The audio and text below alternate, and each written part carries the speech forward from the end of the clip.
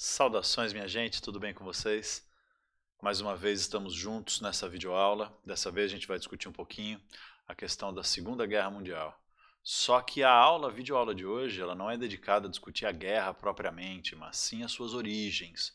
Portanto, o nosso tema é os antecedentes da guerra. O que estava acontecendo no final da década de 30, depois que a gente já estudou a ascensão fascista na Itália, já estudou a ascensão nazista na Alemanha, a gente já entendeu as ideologias, os conceitos, as ideias, as propostas e as práticas. Agora nós vamos ver como é que esse cenário todo agilizou o surgimento da Segunda Guerra Mundial e colocou o mundo, apenas 20 anos depois da conclusão do Tratado de Versalhes, que encerrou oficialmente a Primeira Guerra Mundial, já colocava o mundo novamente em guerra a partir de setembro de 1939. Vamos junto nessa? Demorou. Então se liga. Logo que os nazistas assumem o poder, nós já sabemos disso, a Alemanha começa um sistemático e contínuo processo de desrespeito ao Tratado de Versalhes. Você sabe que o Tratado de Versalhes pode ser dividido basicamente em três tipos de cláusulas, em três tipos de medidas, né, que os aliados, ou melhor, os países da Tríplice Entente, vencedores da Primeira Guerra Mundial, impuseram à Alemanha. A gente tem as cláusulas financeiras, que eram as indenizações, etc., que a Alemanha teria que pagar. As cláusulas territoriais, que são os territórios que a Alemanha perdeu, as colônias que a Alemanha perdeu, a reestruturação da divisão entre os países europeus, causando gigantescas perdas à Alemanha, especialmente a formação do chamado corredor polonês, aquele pedacinho de terra ali no meio da Prússia alemã, que além de dar à Polônia uma saída para o mar, Polônia, aliás, país criado a partir do final da Primeira Guerra Mundial, pela intervenção das potências da Tríplice Entente vencedoras, mas além de dar para a Polônia uma saída para o Mar do Norte, também dividiu a Alemanha em duas regiões. Eu vou mostrar isso no mapa mais tarde para vocês verem. Mas enfim, cláusulas territoriais, do Tratado de Versalhes, e também as cláusulas militares, que proibiam que a Alemanha tivesse qualquer tipo de desenvolvimento militar, indústria bélica. O exército alemão ficou limitado a 100 mil homens, a marinha alemã a 10 mil homens, se eu não me engano. Enfim, a Alemanha não podia ter indústria bélica, não podia ter aeronáutica de guerra e todos esses fatores.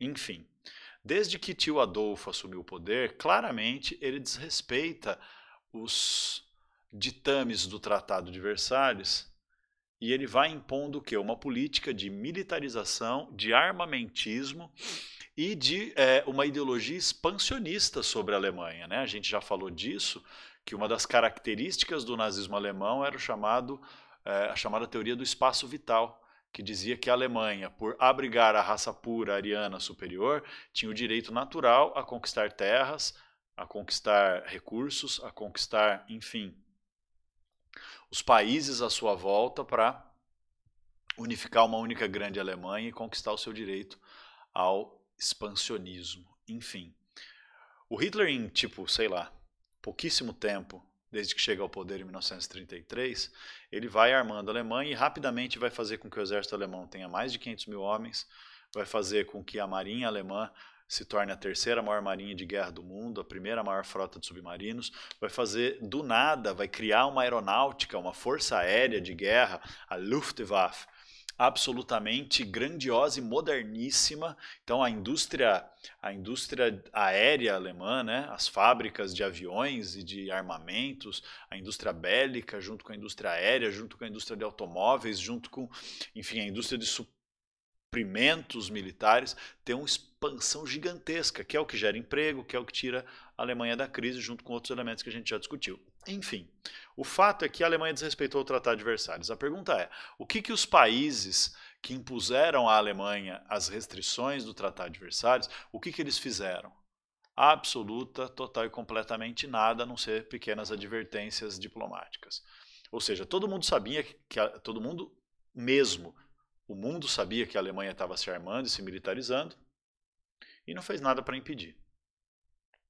E como é que todo mundo sabia? Como é que o mundo inteiro sabia?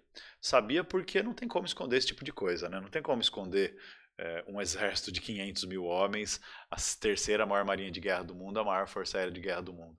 Porque os países não são fechados, né, gente? Vamos pensar. né? Tem gente de tudo quanto é país vivendo em tudo quanto é lugar.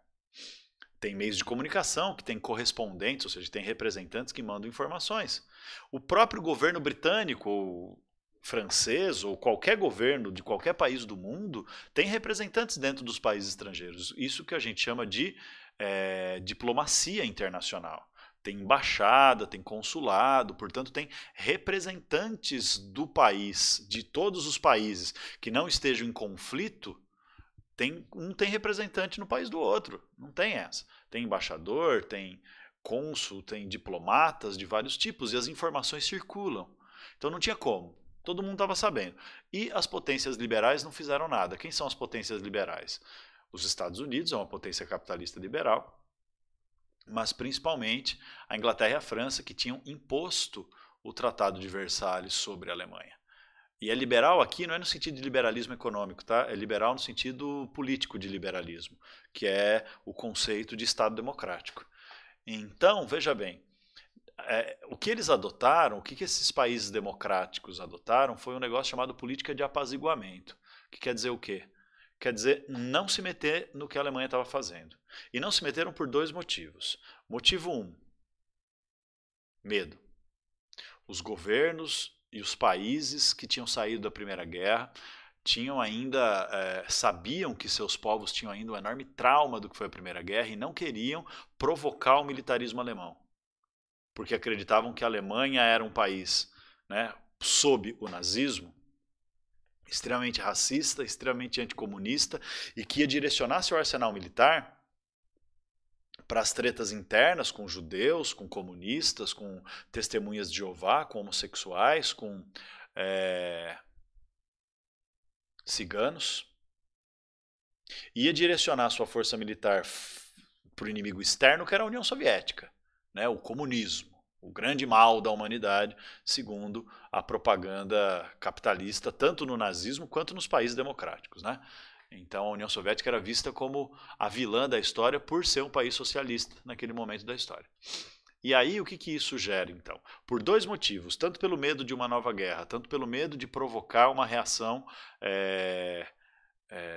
militar da Alemanha, quanto porque acreditavam profundamente que a Alemanha nazista era útil para frear o avanço do comunismo, porque a Alemanha é uma grande potência industrial, era naquela época também, que fica no coração da Europa. Bem no meio, entre aspas, da Europa. Então, já imaginou se o nazismo não conseguisse se manter no poder, não conseguisse tirar a Alemanha da guerra, não conseguisse recuperar a economia alemã e os comunistas fizessem uma revolução na Alemanha, derrubando o nazismo e derrubando o capitalismo ao mesmo tempo? O que aconteceria? Ia ter uma Alemanha socialista no meio do coração da Europa e uma União Soviética socialista no leste da Europa. Todos os países que ficassem entre a Alemanha e a União Soviética inevitavelmente iam sofrer influência e iam acabar se tornando socialistas. Então, quer dizer, a Alemanha, se o nazismo fracassasse e a Alemanha se tornasse socialista por um processo revolucionário, talvez não fosse possível parar o avanço do socialismo no resto do continente europeu. E isso assustava tanto os países europeus, capitalistas liberais, como Inglaterra e França, como os Estados Unidos, que não estavam se metendo nas tretas europeias, porque os Estados Unidos não assinou o Tratado de Versalhes, adotou um negócio chamado política de isolacionismo, de não se meter nas tretas militares, diplomáticas, políticas e econômicas europeias, para poder investir em todo mundo, para poder fazer negócio com todo mundo, para poder inclusive financiar a reconstrução econômica de todo mundo depois da Primeira Guerra e aí depois da crise de 29 também, quando os Estados Unidos começam a recuperar. Mas enfim, o lance ninguém fez nada para impedir o avanço do militarismo nazista, seja pela política de apaziguamento das potências liberais europeias, seja pelo isolacionismo dos Estados Unidos, que queria ficar bem com todo mundo, poder investir em todo lugar e não se meteu, e também porque tinha sua própria crise interna para resolver. A Liga das Nações, que foi criada no final da Primeira Guerra, aliás, o único dos 14 pontos de paz lá do presidente Wilson dos Estados Unidos que foi respeitado, lembram? Criação da Liga das Nações. Só que ela era muito frágil, ela não tinha força. Por que não tinha força? Porque algumas das maiores potências não participavam. A Alemanha não participava da Liga das Nações porque porque a Alemanha foi considerada culpada pela Primeira Guerra, assim como a Áustria, a Hungria e a Turquia. A União Soviética não participava da Liga das Nações por ser socialista. Os Estados Unidos não participavam da Liga das Nações porque não aceitou assinar o Tratado de Versalhes e adotou o isolacionismo. Então era o que, basicamente, a Liga das Nações? Entende? Era Itália, que era fascista e vai se aliar com a Alemanha. Era Inglaterra e França, que não estão fazendo nada por causa da sua política de apaziguamento, de não arrumar treta com o nazismo e de achar que o nazismo era útil para impedir a expansão do comunismo dentro da Alemanha e no resto da Europa. Então, beleza. A Alemanha teve campo livre para agir. E além de se militarizar, o que a Alemanha vai começar a fazer? Vai começar a fazer aliança militar com outras potências expansionistas, como a Itália e o Japão. Então, em 1936, a Alemanha assina um acordo de amizade e cooperação chamado Eixo Roma-Berlim com a Itália. Né? Eixo Roma, capital da Itália, Berlim. Eixo é uma ligação, né? Então, é uma ligação de amizade entre os dois países fascistas da Europa naquele momento. A Itália, o berço do fascismo, e a Alemanha, com a sua versão nazista de fascismo. Então, Eixo Roma-Berlim. No mesmo ano, esses dois países do eixo Roma-Berlim mais o Japão assinaram um outro tratado, um outro acordo, chamado Pacto Anticomintern. E ainda tem gente que vem dizer para nós que comunismo é de esquerda, que fascismo e nazismo são de esquerda, né? Pelo amor de Satanás. Mas enfim, Pacto Anticomintern quer dizer o quê? Pacto Anticomunismo Internacional, que era um compromisso entre Itália fascista, Alemanha nazista e o Japão imperialista, né, o Império Japonês, de ser uma força militar unida contra a expansão do comunismo, das revoluções socialistas ao redor do mundo, especialmente nas proximidades de seus países. Estavam pensando na União Soviética, basicamente. Né? Em 1940, já durante a Segunda Guerra Mundial, o Japão oficializa a sua entrada para o eixo, que aí vira eixo Roma-Berlim-Tóquio. Mas desde 1936 o Japão já tinha um acordo de proximidade de cooperação, inclusive militar, com a Itália e com a Alemanha, que era o Pacto Anticomintern. Beleza, gente? Então vai vendo que está acontecendo o que nesse primeiro slide? Está acontecendo uma articulação dos países fascistas, está acontecendo uma aproximação política e militar dos países fascistas e do Japão, que não era fascista, mas tinha semelhanças por conta do seu nacionalismo, por conta do seu imperialismo, do seu desejo de expansionismo, por conta também da questão do racismo e da ideologia da superioridade racial, que era muito forte no Japão, por conta do Japão ser também um governo forte, autoritário, centralizado, que era um império bastante ditatorial, por assim dizer, né? Um sistema de poder bastante autoritário e fechado. Então tinha semelhanças. O Japão não era fascista ou nazista, mas tinha muitas semelhanças, muitas proximidades ideológicas e muita proximidade nos interesses econômicos, políticos, militares e territoriais. Tá bom? Então, nesse cenário, os fascistas, os nazistas e os imperialistas japoneses estão se aproximando e estão se preparando para um conflito que certamente vai vir. É que o mundo esperava que esse conflito ia ser contra quem? Contra o comunismo internacional, encarnado na União Soviética. Ninguém, não vou dizer que ninguém esperava, mas no início ninguém viu o risco que deixar a Alemanha se militarizar e ao mesmo tempo formar alianças militares, o risco que isso poderia se tornar. Eu costumo usar uma metáfora de dizer o seguinte: as potências liberais achavam que podiam usar o imperialismo e o militarismo alemão como uma espécie de pitbull na coleira. Sabe aqueles pitbulls que são treinados para atacar, mas que tem uma coleira de controle, que o dono, né, pode soltar e depois chamar ele de volta com os comandos? Era assim que eu gosto de dizer que as potências liberais estavam começando a ver a Alemanha, como se eles conseguissem manipular e direcionar o Hitler e a Alemanha nazista. Um pitbull na coleira. Só que quando o pitbull ficar forte demais, ele vai explodir a coleira e vai morder todo mundo. É esse que é o rolê. Aí o que acontece, gente? Não para por aí, né? Claro que não para por aí. Isso aqui que eu descrevi no primeiro slide marca como que a Alemanha foi.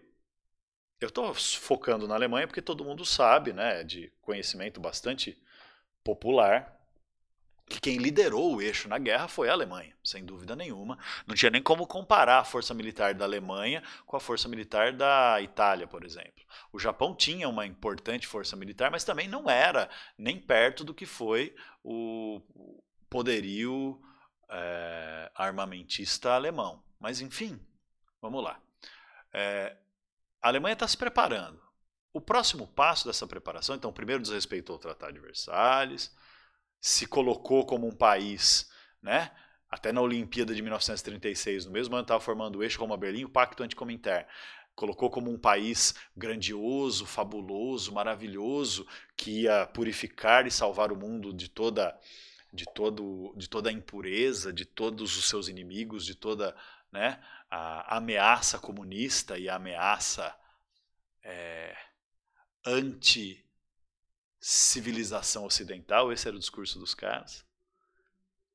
E a galera foi simpatizando com isso, né? Então surgiram movimentos nazifascistas em vários países. Alguns governos conservadores, como o da Inglaterra, por exemplo, chegou a ver o nazismo com bons olhos. Né? Há relatos que Winston Churchill, que mais tarde foi o grande líder, né, da Inglaterra no combate ao nazismo, e antes da guerra começar ele já tinha percebido o nazismo como uma ameaça vamos dizer assim, a estabilidade mundial. Eu ia dizer a paz mundial, mas seria um exagero, porque a preocupação das potências capitalistas não é exatamente com a paz mundial, é com o equilíbrio e a estabilidade das suas posições. Né? Mas, enfim, há relatos de que o Churchill no começo falou assim, olha, o nazismo é perigoso, mas ele está salvando a Alemanha do comunismo.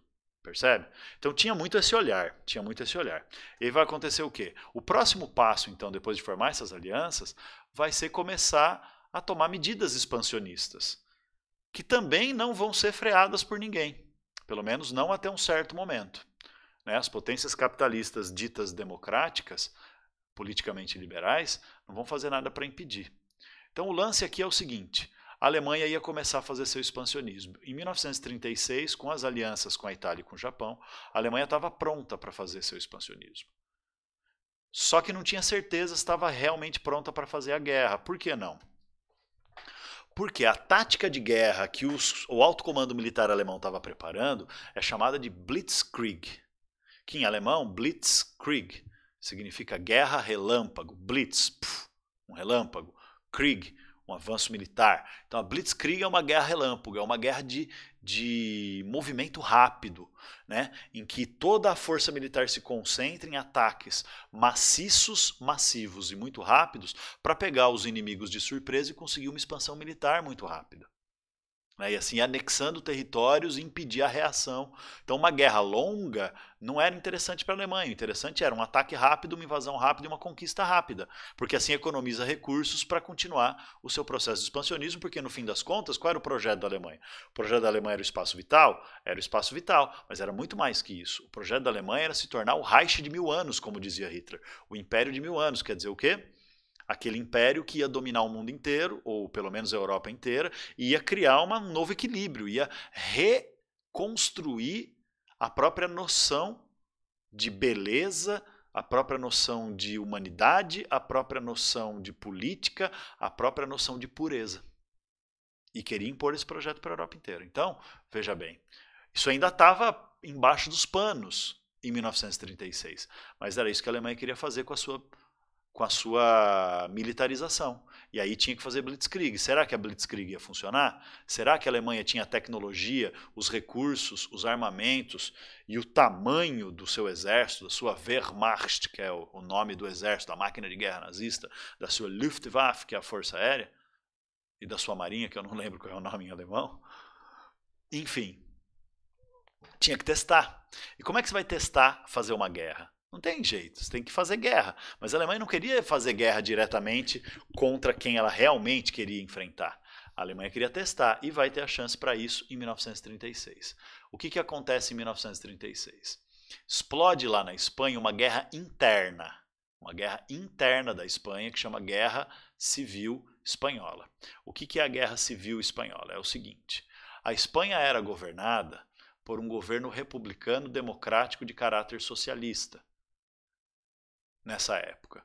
A Espanha era uma república, hoje, né, já voltou a ser uma monarquia e tal. Lembrando que monarquia é o estilo de governo da Espanha durante a maior parte da sua história, desde 1492, quando a Espanha se unificou como país. Mas nessa fase a Espanha tinha se tornado uma república por causa de transformações que tinham acontecido antes, no século XIX.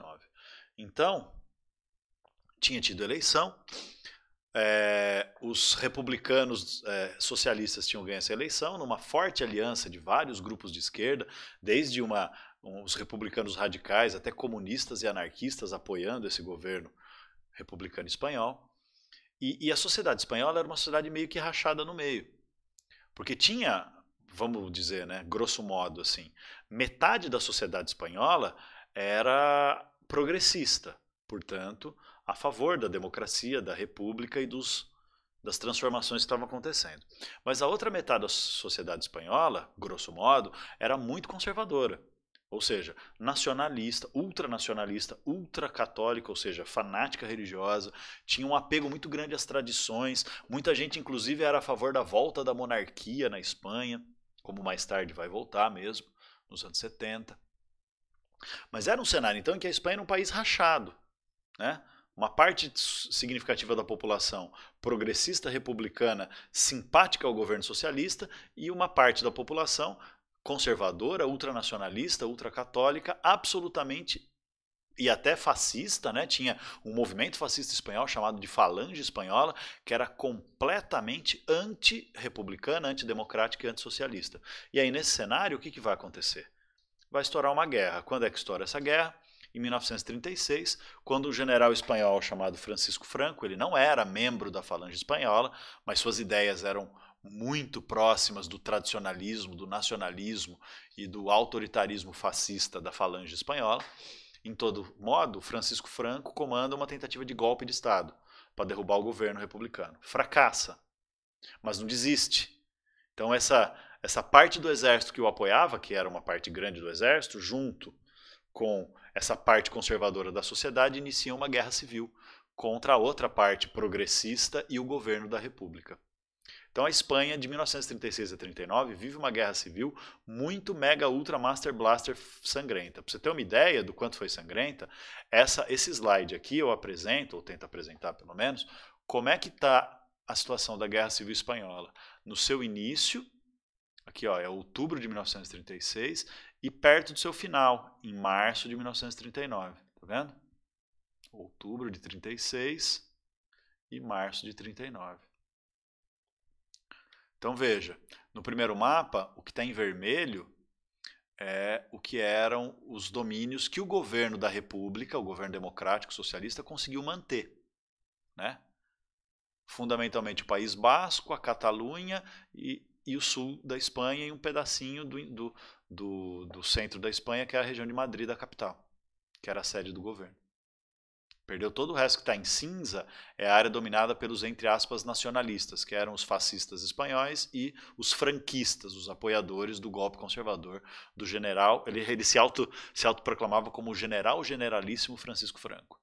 Aí olha aqui, em 39, os fascistas e franquistas já tinham tomado todo o norte da Espanha, praticamente toda a Catalunha, praticamente não, toda a Catalunha, né? As ilhas aqui no Mediterrâneo, as Ilhas Baleares, que é a ilha de Maiorca e Menorca, também as Ilhas Canárias, que são ilhas africanas da Espanha, tinha tomado todo o rolê aqui, e só faltava, e só faltava essa região aqui do centro-sul da Espanha, de Madrid até Almeria, mais ou menos aqui, beleza? E vai tomar logo depois disso, né? Em 1939, o Franco vai completar a vitória, o esmagamento das forças republicanas e vai vencer a Guerra Civil. Só que o Franco consegue fazer isso como? Com forte apoio da Itália e da Alemanha. Forte apoio do fascismo e do nazismo. Inclusive apoio financeiro, financiamento, né, grana, apoio, não vou dizer industrial, mas apoio de armas, equipamentos, suprimentos, e também apoio militar direto, né? Forças militares alemãs e italianos foram mandadas para apoiar os nacionalistas do Franco. Inclusive tem o caso famoso do bombardeio de uma cidade no País Basco em 1937 chamada Guernica, que virou um quadro famoso daquele pintor Pablo Picasso, pintor modernista, que talvez vocês já tenham estudado nas suas aulas de arte.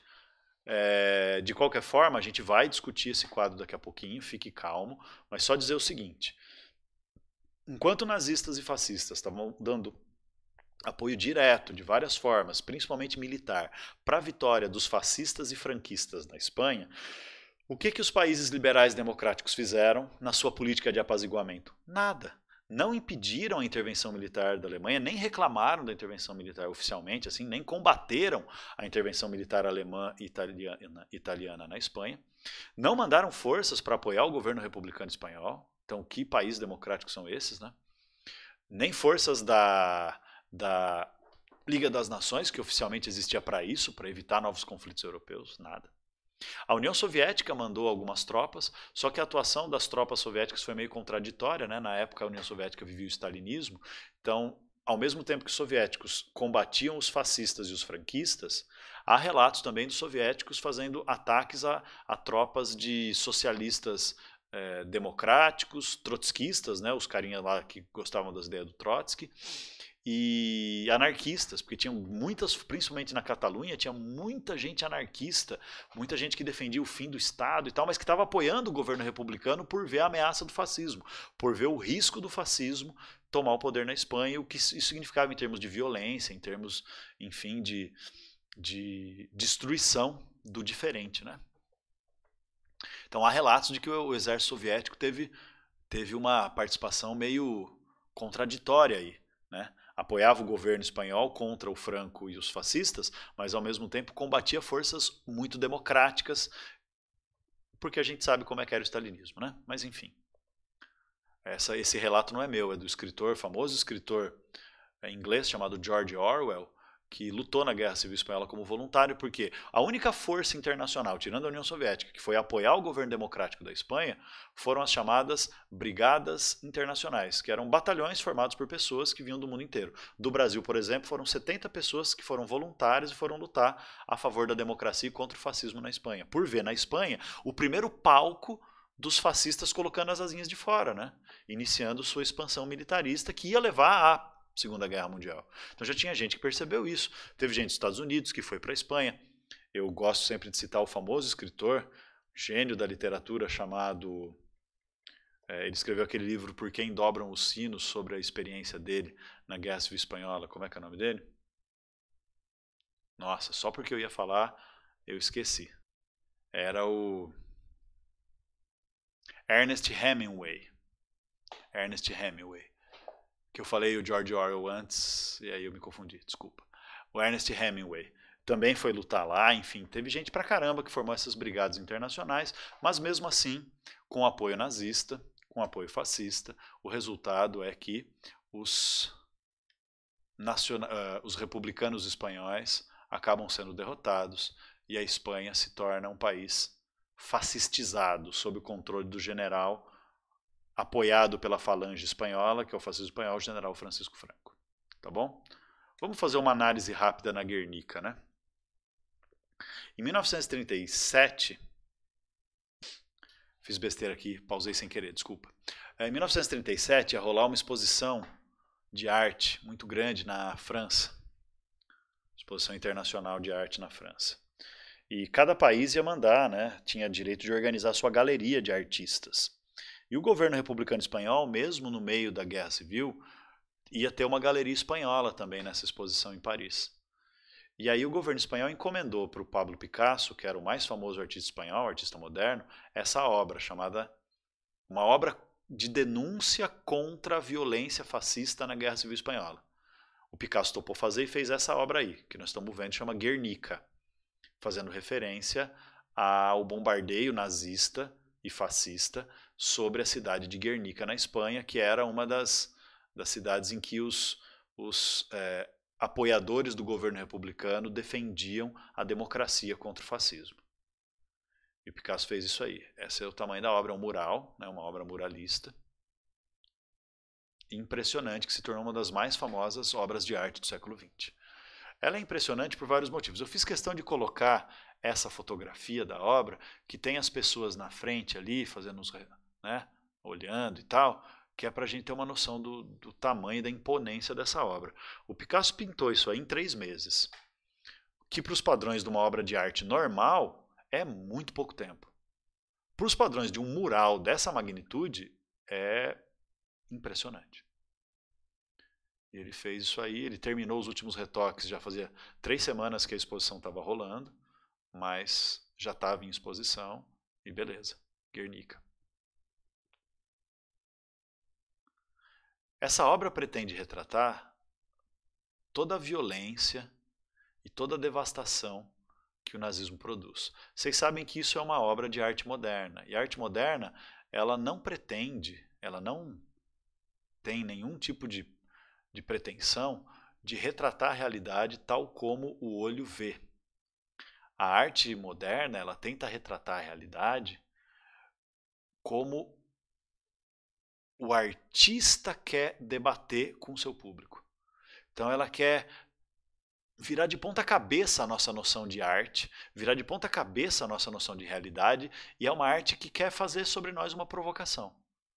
De dizer que toda arte, mesmo aquela que tenta imitar a realidade, ela é só uma representação, ela não é a realidade em si.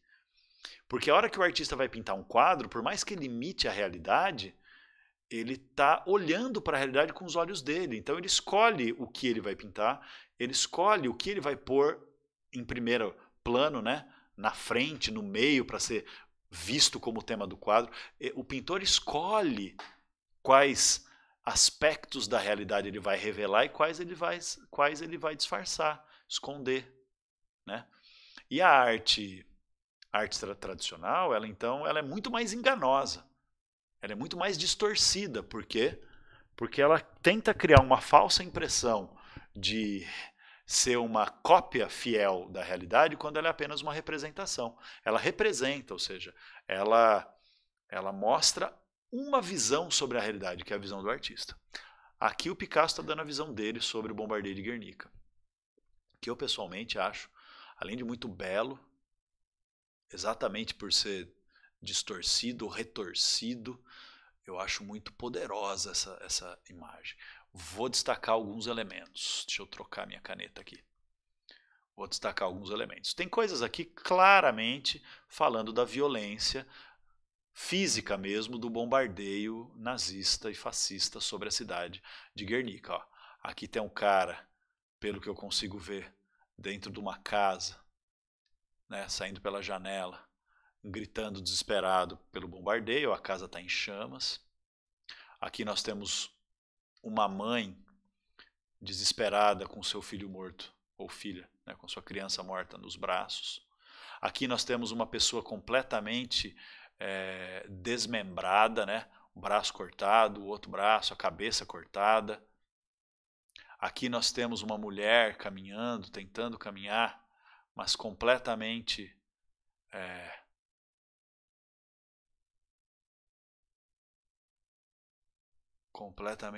distorcida, né? O joelho dela provavelmente quebrou a perna, tal, completamente vítima da violência. Tem alguns elementos que apontam a esperança. Então aqui de dentro da casa tem um cara saindo com a luz e tem uma luz brilhando aqui em cima. Eu penso que essas luzes representam a função do artista, né? Que é pintar a tragédia para revelar essa tragédia para o mundo, né? E ao mesmo tempo notar que mesmo no meio de tanta dor e sofrimento ainda tem uma luz representando a esperança. Então o artista joga a luz sobre a realidade, revelando os monstros e as destruições, enquanto que as pessoas que resistem ao fascismo, mesmo morrendo, elas estão criando uma luz, que é quem vê o sacrifício dessa gente de Guernica, que lutou até o último fôlego contra o nazismo e o fascismo, até as bombas caírem sobre suas cabeças, essa galera está inspirando as outras pessoas a lutarem também, com a sua coragem. Tem 2 elementos polêmicos, o Picasso nunca explicou esses elementos, mas a gente tem mais ou menos umas interpretações sobre isso. Perceba que aqui no meio da cena nós temos um cavalo, ó, a bunda do cavalo está aqui, o rabo do cavalo, ele está meio torcidão assim, ó, como se ele estivesse virando a cabeça para o outro lado, né? O corpo está virado para um lado e a cabeça está tentando virar e não está seguindo para o mesmo lado, né? O cavalo devia estar esticado nesta direção, mas o corpo está retorcendo e voltando, né? Como se ele fizesse assim, né? Cabeça virando para o lado oposto. E esse cavalo tem um espinho na garganta. E eu leio isso aqui como o cavalo representando o povo espanhol, representando a liberdade do povo espanhol. Né? A ideia do Picasso, vocês sabem que tem uma ligação muito forte da cultura espanhola com essa questão do cavalo, né? Do boi e tal, das touradas. Então veja que é um cavalo sem sela, então ele não está dominado, e é um cavalo que está com um espinho na garganta, que não consegue gritar, não consegue se livrar disso, está desesperado, que isso aqui é a violência do fascismo. Né? A repressão do nazismo é um espinho enfiado na garganta, é algo que sufoca, que mata, que tira a voz. E esse cavalo está sendo morto pela violência desta figura que é o boi. O boi está entrando na cena, a luz está iluminando a cabeça dele. Se reparar, né, a luz está iluminando só a cabeça e o comecinho do corpo aqui. O resto do corpo do boi, ó, segue aqui comigo. Ó, o boi está com a cabeça de lado, assim, é como se ele tivesse virado para um lado e a cabeça virada para frente. Porque aqui está o corpo, ó. Aqui está o corpo do boi. Isso aqui é um pedaço do rabo do boi. Tá vendo? Aqui é a perna do boi, ó. Tá se ligando na figura do boi, ó? Figura do boi de lado, assim, ó. Tá vendo? Aqui está o corpo do boi, ele está virado de corpo de lado e cabeça de frente para nós. O boi representa essa violência irracional, essa força bruta que é o nazismo, o fascismo, o bombardeio, a intolerância, o autoritarismo, o anticomunismo, o antiliberalismo, enfim, a antidemocracia, a anticivilização. E aí o boi então representa o nazismo, o fascismo, destruindo tudo que nós estamos vendo aqui. Só que eu tenho uma leitura que eu gosto de destacar para os meus queridos alunos, que é o seguinte: tudo isso o Picasso está pintando para chamar nossa atenção, ok. Mas o Picasso, apesar de ser um artista moderno, ele manjava muito de arte, inclusive da arte tradicional. E ele sabe que o nosso olhar ele é educado para achar que o assunto do quadro é o que está no meio e na frente, no primeiro plano. E o que é que está em primeiro plano nessa obra? Você consegue enxergar? O que está em primeiro plano, no meio e na frente, é este aspecto aqui, ó. Que é um braço decepado, com uma espada quebrada na mão e uma florzinha, eu acabei cobrindo a florzinha de tão burro que eu sou, uma florzinha nascendo no meio dos dedos aqui do cara, no meio do sangue que fertilizou o solo. Eu acho que essa é a mensagem que ele está passando para nós. Ó. A luta do povo espanhol foi destruída, o braço decepado, foi quebrada a espada, né? Os espanhóis estão sendo mortos, a sua liberdade está sendo roubada. Mas que desse sangue derramado do povo espanhol e sua luta, da resistência antifascista, vai nascer a flor da esperança, a flor da luta, a flor da consciência no mundo inteiro para combater o nazismo e o fascismo. O fato é que não nasceu assim do jeito que o Picasso queria. Tanto não nasceu que acontece o quê? Depois da Guerra Civil Espanhola, que ninguém reage, né? Os países capitalistas democráticos não reagem, os Estados Unidos não reagem, ninguém faz nada para impedir essa violência, só a União Soviética, aí o que a gente observa? A gente observa que aí a Alemanha tinha certeza que podia fazer o que quisesse.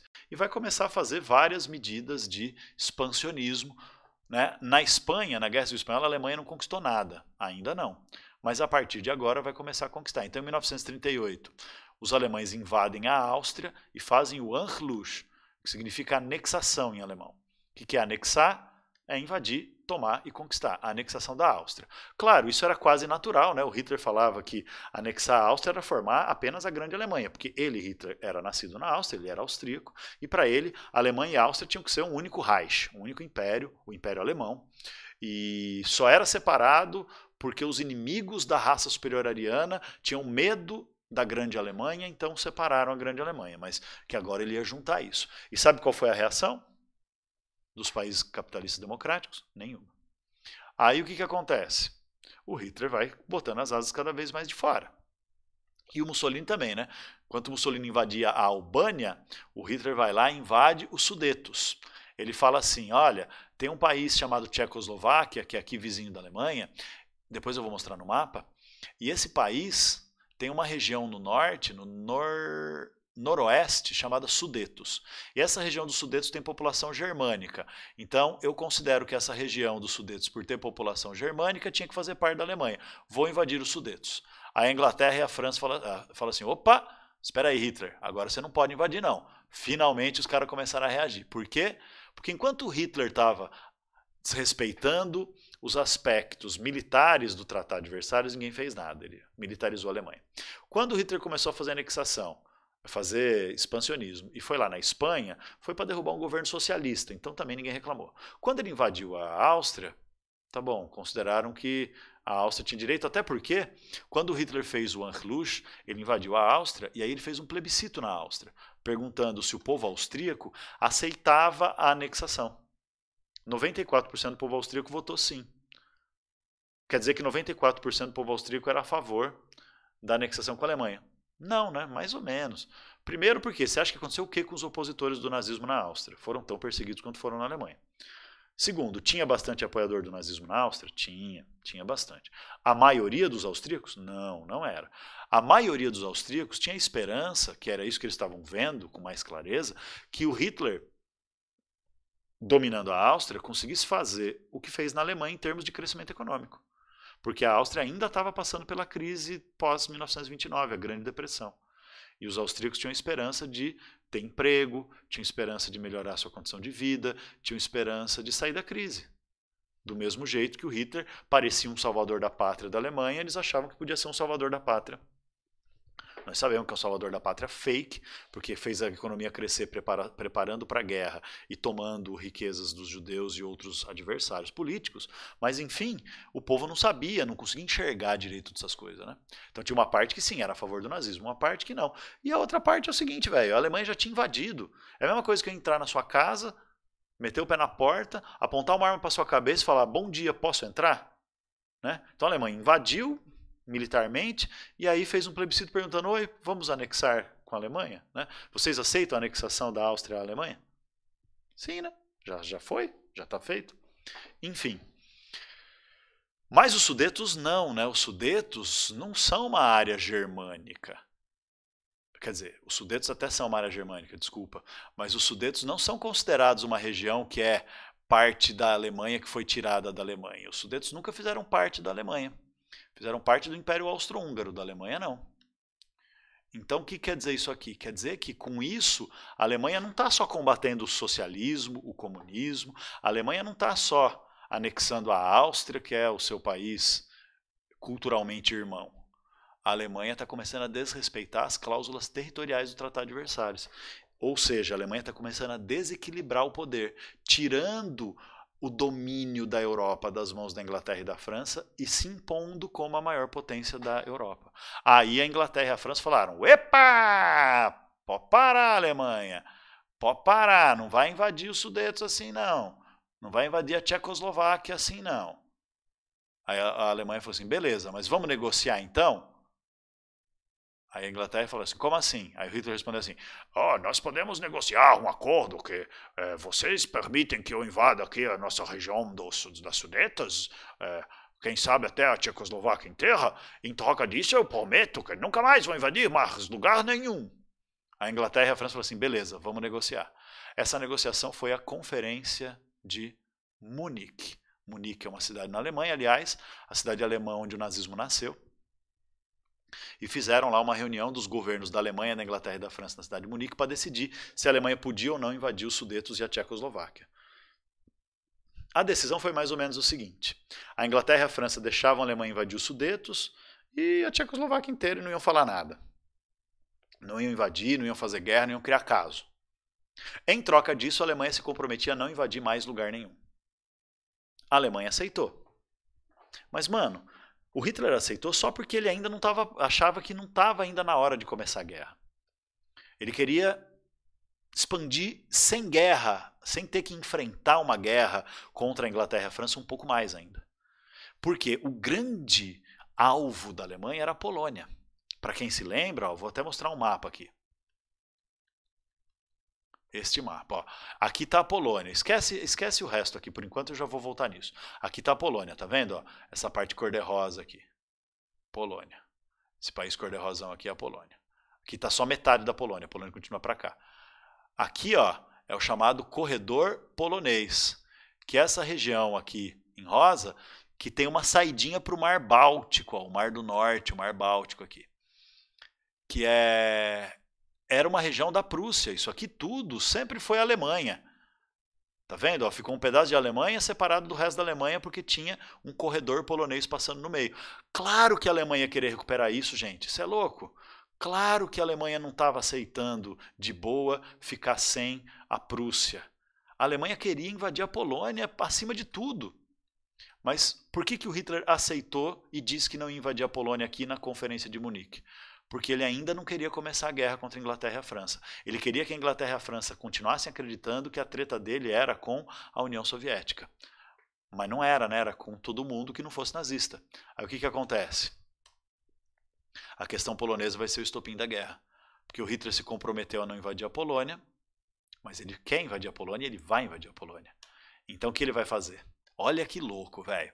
A Polônia ficava vizinha, né? Você continuar aqui, ó. Aqui é a União Soviética. A Polônia continua para cá, no mapa, e o país vizinho da Polônia é a União Soviética. Então, se o Hitler simplesmente invade a Polônia, o que ele ia estar fazendo? Ele ia estar fazendo uma guerra contra a Inglaterra e a França, né? A França fica aqui. Por que ia estar fazendo uma guerra contra a Inglaterra e a França? Porque na Conferência de Munique, de 1938, o Hitler falou: eu não vou invadir a Polônia. Então, se ele simplesmente invadisse a Polônia, ia começar a guerra contra a Inglaterra e com a França, já não tinha mais como negociar, o Hitler já tinha aceitado a negociação de não invadir a Polônia. Então, invadir a Polônia era começar guerra contra a Inglaterra e a França. Isso já estava claro. Só que se ele simplesmente invade a Polônia também, ele ia começar uma guerra contra a União Soviética, porque a União Soviética é vizinha aqui da Polônia, e sabia que a Alemanha é anticomunista, e sabia que a Alemanha fazia parte do pacto anticomintern, junto com a Itália, que está aqui, né? E agora a Áustria anexada e tudo mais. Então a União Soviética sabia que a Alemanha tinha a invasão da União Soviética como um dos seus alvos. Então, simplesmente invadir a Polônia ia deixar os soviéticos em guerra também. Então, veja, a Alemanha ia ter que enfrentar duas guerras, né? Ao mesmo tempo. Que nem na Primeira Guerra Mundial, e o Hitler não queria fazer isso. Ele ia ter uma guerra na frente ocidental contra a Inglaterra e França, e outra guerra na frente oriental contra a União Soviética. O Hitler não queria fazer isso. Então o que ele fez? Ele negociou um tratado secreto. O seu ministro das Relações Exteriores, chamado Ribbentrop, negociou com Molotov, que era o ministro das Relações Exteriores do Stalin na União Soviética. Sim, Molotov, é coquetel Molotov, aquela bomba incendiária, mas não tem a ver com esse cara, Molotov é só o sobrenome dele. Provavelmente foi algum Molotov na história que inventou aquilo, enfim. Mas é isso aí. E aí, o que aconteceu? Foi uma negociação secreta, que de repente, em 1939, foi revelada. Pum! A Alemanha e a União Soviética, nazismo e comunismo estavam negociando um tratado. E esse tratado foi chamado de Pacto Nazi-Soviético de Não Agressão, ou Pacto Germano-Soviético de Não Agressão, ou Tratado Germano-Soviético, ou Tratado Nazi-Soviético, ou Tratado Ribbentrop-Molotov. Qualquer um desses nomes que você vê nas provas, nos vestibulares, onde quer que seja, está falando a mesma coisa. O acordo entre Hitler e Stalin, para quê? Qual foi o acordo? O acordo era não agressão, ou seja, a Alemanha se comprometia que durante 10 anos não ia invadir a União Soviética, e o Stalin se comprometia que a União Soviética não ia invadir a Alemanha por 10 anos. Ao mesmo tempo, eles definiam que a Polônia ia ser a garantia de não invasão, né, porque a Polônia está entre os dois países, está entre a Alemanha e a União Soviética. Então, para a Polônia ser garantia, a Alemanha invadir a metade ocidental da Polônia, a União Soviética invadir a metade oriental da Polônia, para dizer, né, que ninguém vai fazer guerra contra ninguém, porque a Polônia é uma espécie de amortecedor de impacto. A União Soviética queria mesmo a Polônia, a Alemanha queria mesmo outra metade da Polônia para acabar com o corredor polonês, e beleza. E além disso, eles se comprometiam a fazer certos acordos militares, né? A União Soviética precisava de tecnologia, para sua industrialização, a Alemanha precisava de recursos naturais, que a União Soviética tinha muito para sua industrialização também, então os dois fizeram esse acordo. Um acordo de cooperação comercial, de não agressão e de divisão da Polônia. Pacto Ribbentrop-Molotov, Pacto Nazi-Soviético de não agressão. Isso chocou o mundo, viu? Chocou os países capitalistas democráticos que falaram assim, caralho, mano, como assim? A União Soviética vai colaborar com o nazismo? Chocou os comunistas do mundo inteiro porque disseram, caralho, mano, como é que pode o Stalin fazer um acordo com Hitler? Chocou os países capitalistas que pensaram assim, nossa, o nazismo era a nossa esperança de acabar com o comunismo e agora o nazismo está fazendo acordo com o comunismo? Chocou todo mundo. Mas saiu o acordo. E aí, com esse acordo, o que acontece? As potências liberais reagem tardiamente, né, denunciando a Alemanha, papapá, mas já era a Alemanha, eles deixaram a Alemanha crescer, agora não tem como segurar. Então, no dia 1º de setembro de 1939, a Alemanha invade a Polônia. Com a invasão alemã à Polônia, começou a Segunda Guerra Mundial, porque aí, claro, né, a Inglaterra e a França vão reagir e a Alemanha, o eixo, né, vai entrar em guerra contra a Alemanha, desculpa, o eixo Alemanha e Itália vai entrar em guerra contra a Inglaterra e a França. Aí olha só aqui, ó, as datas das invasões, tá vendo que louco? Ó? Em março de 38 foi a anexação da Áustria. Em outubro de 38, invasão dos Sudetos. E Inglaterra e França deixaram. Março de 39, a Alemanha invadiu a Tchecoslováquia. Inglaterra e a França deram uma reclamadinha, mas também não rolou nada. Em setembro de 39, invadiu a Polônia e aí a guerra começou. Então, antes da guerra começar, ó, tudo isso que está marcado com essa fronteira vermelha aqui já tinha sido invadido pela Alemanha antes da Segunda Guerra Mundial começar. Esse, então, é a Grande Alemanha, o espaço vital da Grande Alemanha. Tá bom? Então é isso, galera. Muito obrigado pela atenção de vocês, espero que tenha ficado claro. E se tiver dúvida, vocês sabem onde me encontrar. A gente tem, né, opções de aulas ao vivo, plantões de dúvidas, a gente tem opção de redes sociais, de WhatsApp e tudo mais. Me procurem, tá bom? Beijão, abração, até a próxima.